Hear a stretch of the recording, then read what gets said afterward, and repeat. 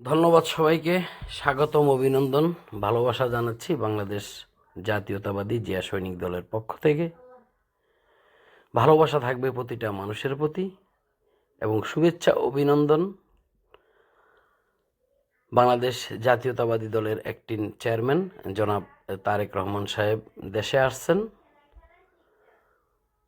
আমি ওই বিষয়ে কথা বলছি না, আমি শুধু কথা বলবো জামাতের একজন নির্বাচনীয় একটা বরিশালের কোন থানার একজন ক্যান্ডিডেট জনাব ডক্টর ফয়েজুল হক। তো এই আসলে ওই যে ভজু পাগলা না ফজু পাগলা বা ফয়েজ পাগলা, আসলে দু একটা পাগল ছাগল বা পাগলা টাগলা এটা সব দলেই থাকে।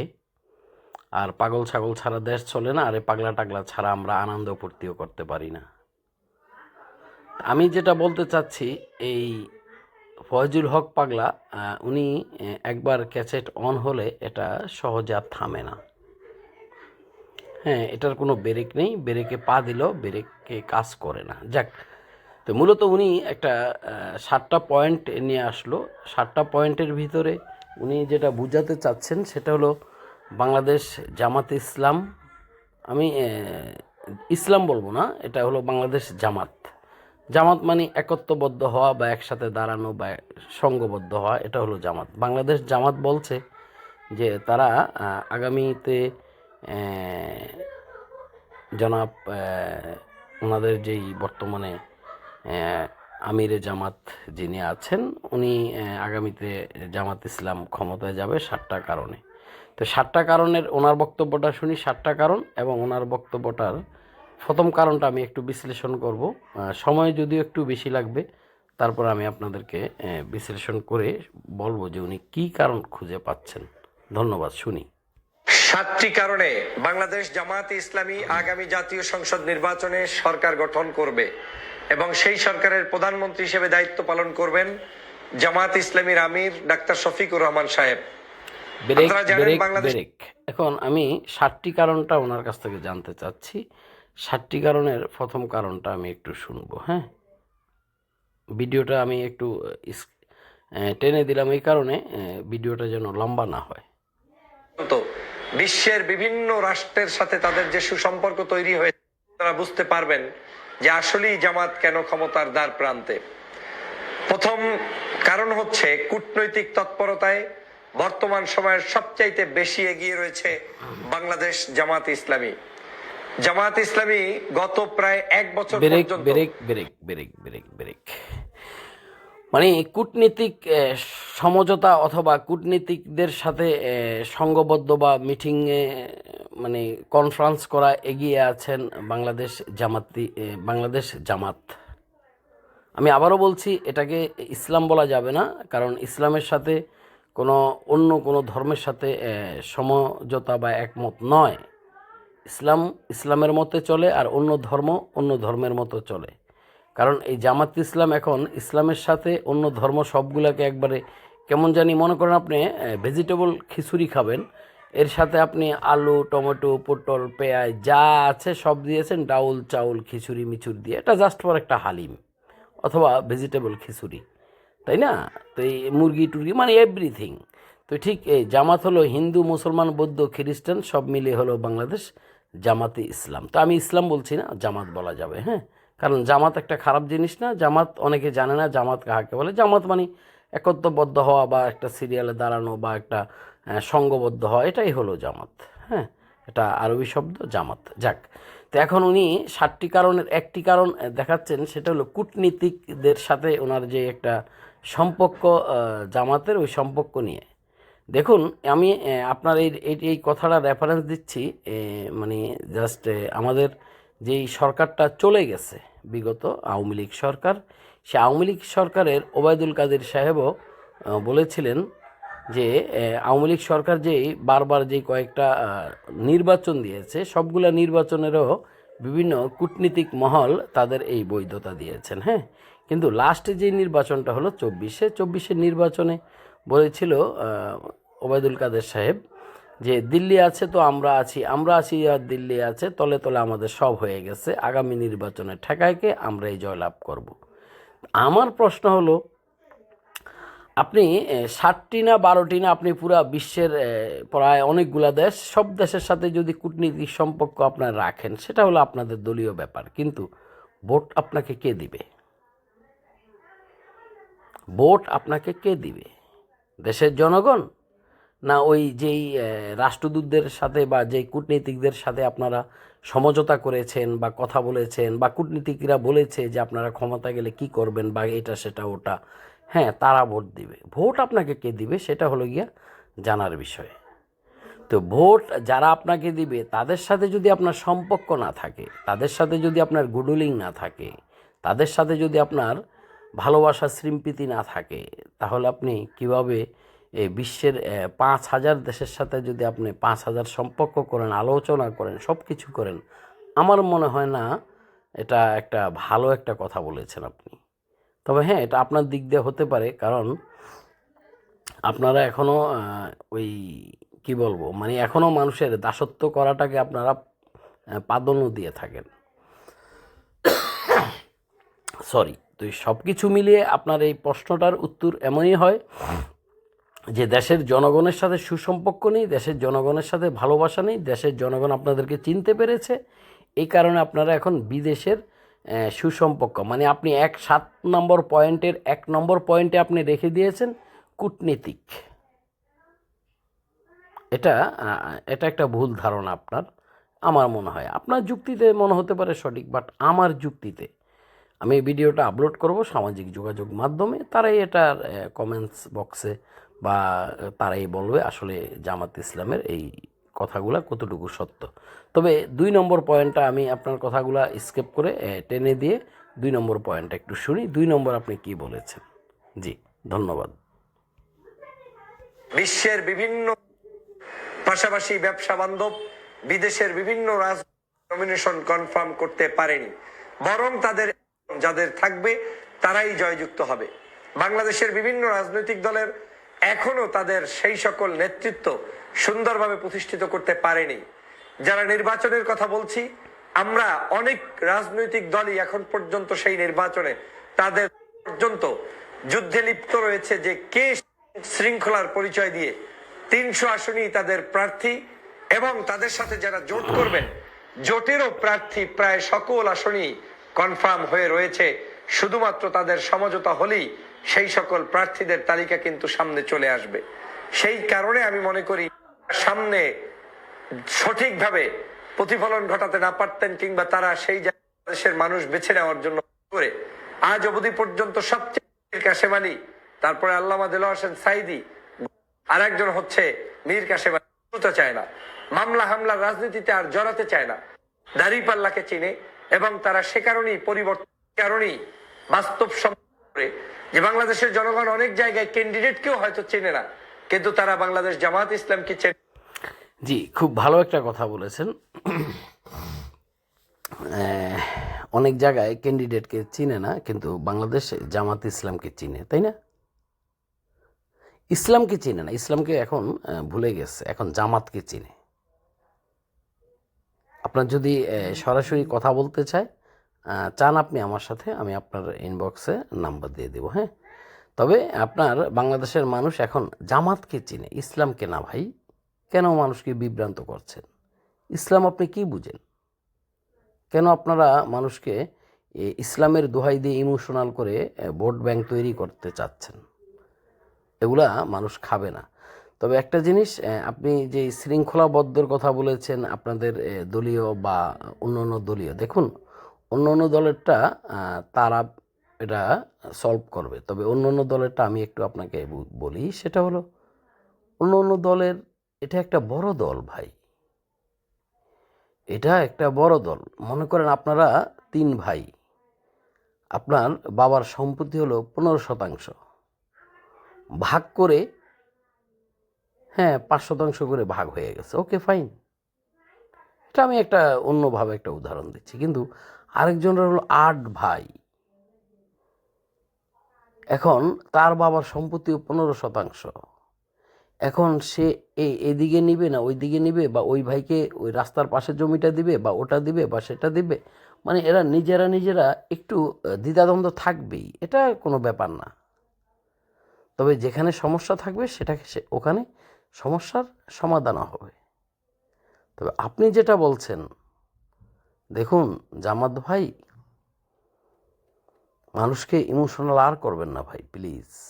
মানুষ এখন সব চিনে, সব বুঝে, সব জানে, সব দেখে, সব শুনে। চেনা জানা বুঝা শোনা সব কিছু মানুষের সেই অর্জনটা আছে।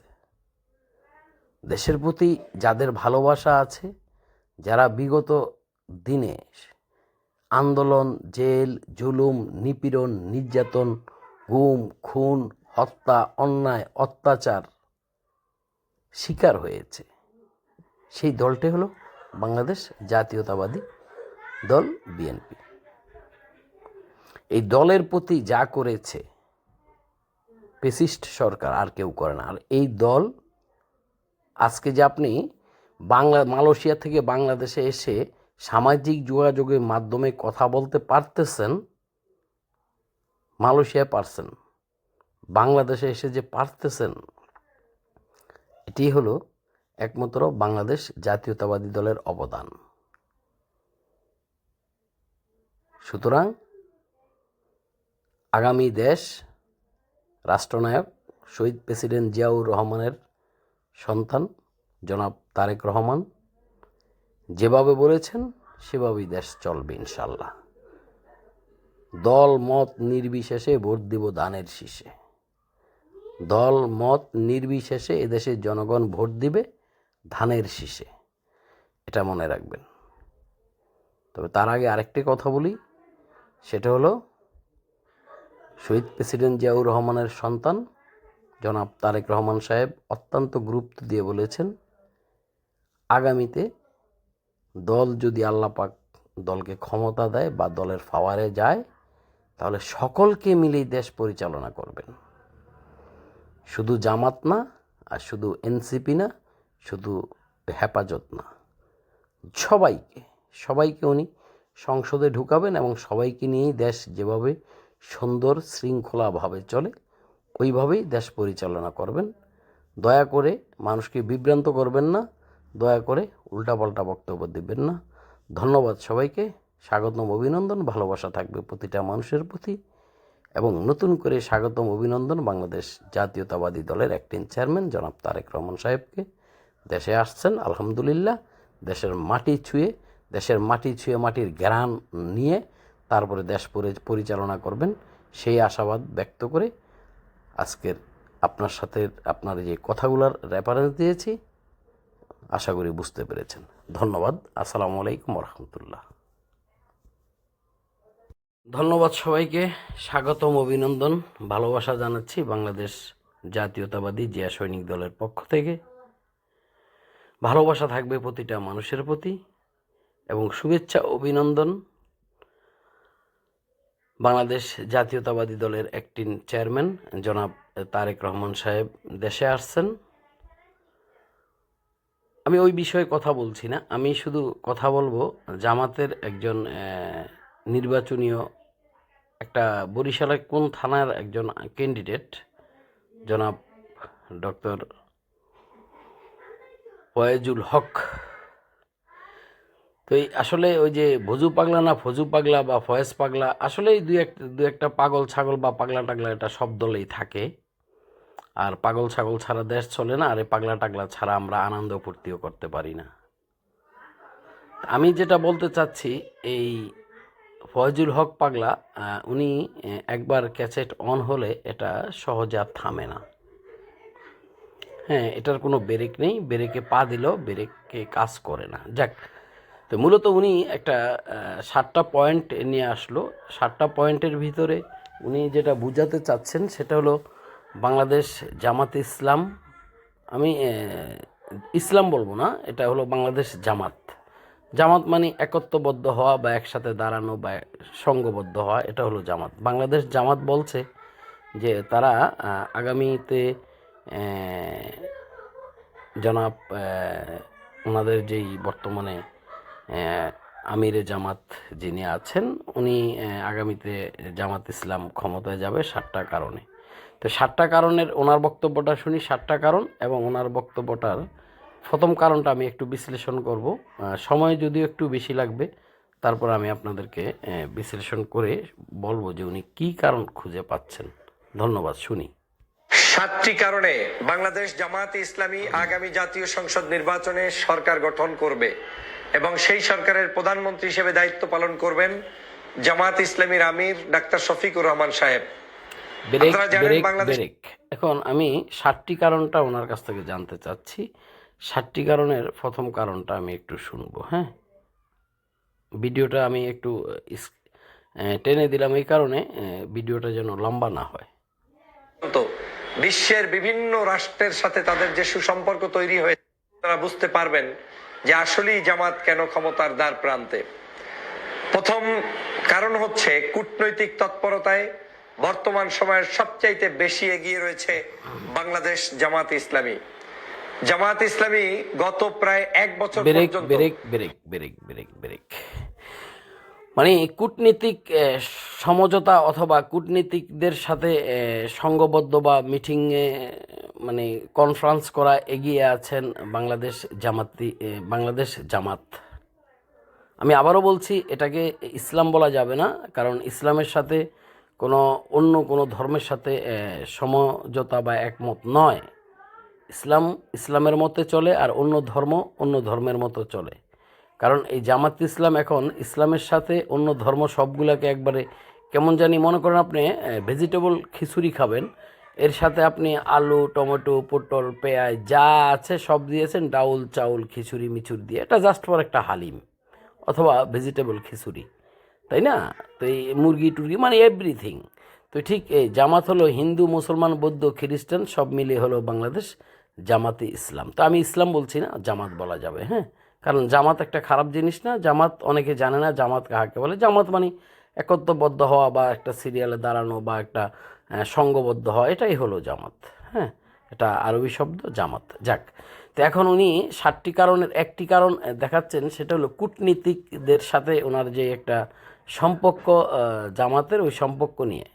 দেখুন, আমি আপনার এই কথাটা রেফারেন্স দিচ্ছি, মানে জাস্ট আমাদের যেই সরকারটা চলে গেছে বিগত আওয়ামী লীগ সরকার, সে আওয়ামী লীগ সরকারের ওবায়দুল কাদের সাহেবও বলেছিলেন যে আওয়ামী লীগ সরকার যেই বারবার যেই কয়েকটা নির্বাচন দিয়েছে, সবগুলা নির্বাচনেরও বিভিন্ন কূটনীতিক মহল তাদের এই বৈধতা দিয়েছেন। হ্যাঁ, কিন্তু লাস্টে যে নির্বাচনটা হলো 24-এ নির্বাচনে বলেছিল ওবায়দুল কাদের সাহেব যে দিল্লি আছে তো আমরা আছি, আর দিল্লি আছে, তলে তলে আমাদের সব হয়ে গেছে, আগামী নির্বাচনে ঠেকাইকে আমরাই জয়লাভ করব।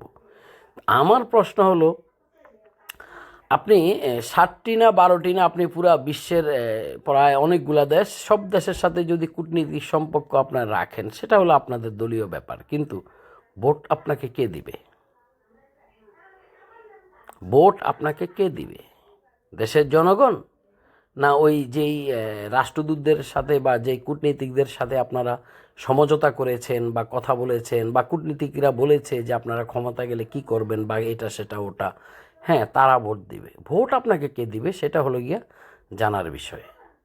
তো ভোট যারা আপনাকে দিবে তাদের সাথে যদি আপনার সম্পর্ক না থাকে, তাদের সাথে যদি আপনার গুডউইলিং না থাকে, তাদের সাথে যদি আপনার ভালোবাসা স্মৃতি না থাকে, তাহলে আপনি কিভাবে এই বিশ্বের 5,000 দেশের সাথে যদি আপনি 5,000 সম্পর্ক করেন, আলোচনা করেন, সব কিছু করেন, আমার মনে হয় না এটা একটা ভালো একটা কথা বলেছেন আপনি। তবে হ্যাঁ, এটা আপনার দিক দিয়ে হতে পারে, কারণ আপনারা এখনও ওই কি বলবো, মানে এখনও মানুষের দাসত্ব করাটাকে আপনারা প্রাধান্য দিয়ে থাকেন। সরি। তো সব কিছু মিলিয়ে আপনার এই প্রশ্নটার উত্তর এমনই হয় যে দেশের জনগণের সাথে সুসম্পর্ক নেই, দেশের জনগণের সাথে ভালোবাসা নেই, দেশের জনগণ আপনাদেরকে চিনতে পেরেছে, এই কারণে আপনারা এখন বিদেশের সুসম্পর্ক, মানে আপনি 7 নম্বর পয়েন্টের 1 নম্বর পয়েন্টে আপনি রেখে দিয়েছেন কূটনীতিক। এটা একটা ভুল ধারণা আপনার। আমার মনে হয় আপনার যুক্তিতে মনে হতে পারে সঠিক, বাট আমার যুক্তিতে, আমি এই ভিডিওটা আপলোড করব সামাজিক যোগাযোগ মাধ্যমে, তারাই এটার কমেন্টস বক্সে বা তারাই বলবে আসলে জামাত ইসলামের এই কথাগুলা কতটুকু সত্য। তবে 2 নম্বর পয়েন্টটা আমি আপনার কথাগুলা স্কিপ করে টেনে দিয়ে 2 নম্বর পয়েন্টটা একটু শুনি। 2 নম্বর আপনি কি বলেছেন? জি, ধন্যবাদ। বিশ্বের বিভিন্ন পাশাপাশি ব্যবসা বান্ধব বিদেশের বিভিন্ন নমিনেশন কনফার্ম করতে পারেনি, বরং তাদের যাদের থাকবে তারাই জয়যুক্ত হবে। বাংলাদেশের বিভিন্ন রাজনৈতিক দলের এখনো তাদের সেই সকল নেতৃত্ব সুন্দরভাবে প্রতিষ্ঠিত করতে পারেনি। যারা নির্বাচনের কথা বলছি, আমরা অনেক রাজনৈতিক দলই এখন পর্যন্ত সেই নির্বাচনে তাদের পর্যন্ত যুদ্ধে লিপ্ত রয়েছে যে কে শৃঙ্খলার পরিচয় দিয়ে 300 আসনেই তাদের প্রার্থী এবং তাদের সাথে যারা জোট করবেন জোটেরও প্রার্থী প্রায় সকল আসনই কনফার্ম হয়ে রয়েছে। শুধুমাত্র তাদের সমঝোতা হলেই সেই সকল প্রার্থীদের তালিকা কিন্তু সামনে চলে আসবে। সেই কারণে আমি মনে করি সামনে সঠিকভাবে প্রতিফলন ঘটাতে না পারতেন, কিংবা তারা সেই দেশের মানুষ বেছে নেওয়ার জন্য করে আজ অবধি পর্যন্ত সবচেয়ে মীর কাসেম আলী, তারপরে আল্লামা দেলোয়ার হোসেন সাইদি, আর একজন হচ্ছে মীর কাসেম আলী, বলতে চায় না, মামলা হামলার রাজনীতিতে আর জড়াতে চায় না, দাঁড়িপাল্লাকে চিনে এবং তারা সে কারণেই পরিবর্তন কারণেই বাস্তব করে যে বাংলাদেশের জনগণ অনেক জায়গায় ক্যান্ডিডেটকেও হয়তো চেনে না, কিন্তু তারা বাংলাদেশ জামাত ইসলামকে চেনে। জি, খুব ভালো একটা কথা বলেছেন। অনেক জায়গায় ক্যান্ডিডেটকে চিনে না, কিন্তু বাংলাদেশ জামাত ইসলামকে চিনে, তাই না? ইসলামকে চিনে না, ইসলামকে এখন ভুলে গেছে, এখন জামাতকে চিনে। আপনার যদি সরাসরি কথা বলতে চান আপনি আমার সাথে, আমি আপনার ইনবক্সে নাম্বার দিয়ে দেবো, হ্যাঁ। তবে আপনার বাংলাদেশের মানুষ এখন জামাতকে চিনে, ইসলামকে না ভাই। কেন মানুষকে বিভ্রান্ত করছেন? ইসলাম আপনি কি বুঝেন? কেন আপনারা মানুষকে ইসলামের দোহাই দিয়ে ইমোশনাল করে ভোট ব্যাংক তৈরি করতে চাচ্ছেন? এগুলা মানুষ খাবে না।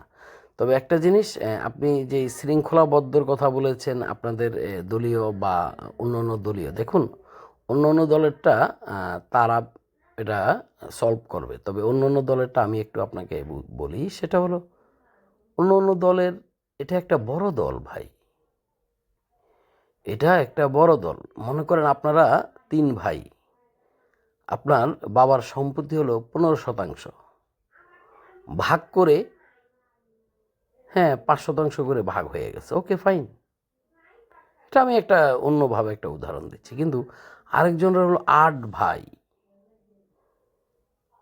এখন তার বাবার সম্পত্তিও 15%, এখন সে এদিকে নিবে না ওই দিকে নিবে, বা ওই ভাইকে ওই রাস্তার পাশের জমিটা দিবে, বা ওটা দিবে বা সেটা দিবে, মানে এরা নিজেরা একটু দ্বিধাদ্বন্দ্ব থাকবেই, এটা কোনো ব্যাপার না। তবে যেখানে সমস্যা থাকবে সেটাকে ওখানে সমস্যার সমাধান হবে। তবে আপনি যেটা বলছেন, দেখুন জামাত ভাই, মানুষকে ইমোশনাল আর করবেন না ভাই প্লিজ। মানুষ এখন সব চিনে, সব বুঝে, সব জানে, সব দেখে, সব শুনে। চেনা জানা বুঝা শোনা সব কিছু মানুষের সেই অর্জনটা আছে। দেশের প্রতি যাদের ভালোবাসা আছে, যারা বিগত দিনে আন্দোলন, জেল, জুলুম, নিপীড়ন, নির্যাতন, গুম, খুন, হত্যা, অন্যায়, অত্যাচার শিকার হয়েছে, সেই দলটি হলো বাংলাদেশ জাতীয়তাবাদী দল, বিএনপি। এই দলের প্রতি যা করেছে ফ্যাসিস্ট সরকার আর কেউ করে না। আর এই দল আজকে যে আপনি মালয়েশিয়া থেকে বাংলাদেশে এসে সামাজিক যোগাযোগের মাধ্যমে কথা বলতে পারতেছেন, মালয়েশিয়ায় পারছেন, বাংলাদেশে এসে যে পারতেছেন, এটি হলো একমাত্র বাংলাদেশ জাতীয়তাবাদী দলের অবদান। সুতরাং আগামী দেশ রাষ্ট্রনায়ক শহীদ প্রেসিডেন্ট জিয়াউর রহমানের সন্তান জনাব তারেক রহমান যেভাবে বলেছেন সেভাবেই দেশ চলবে ইনশাল্লাহ। দল মত নির্বিশেষে ভোট দিব ধানের শীষে।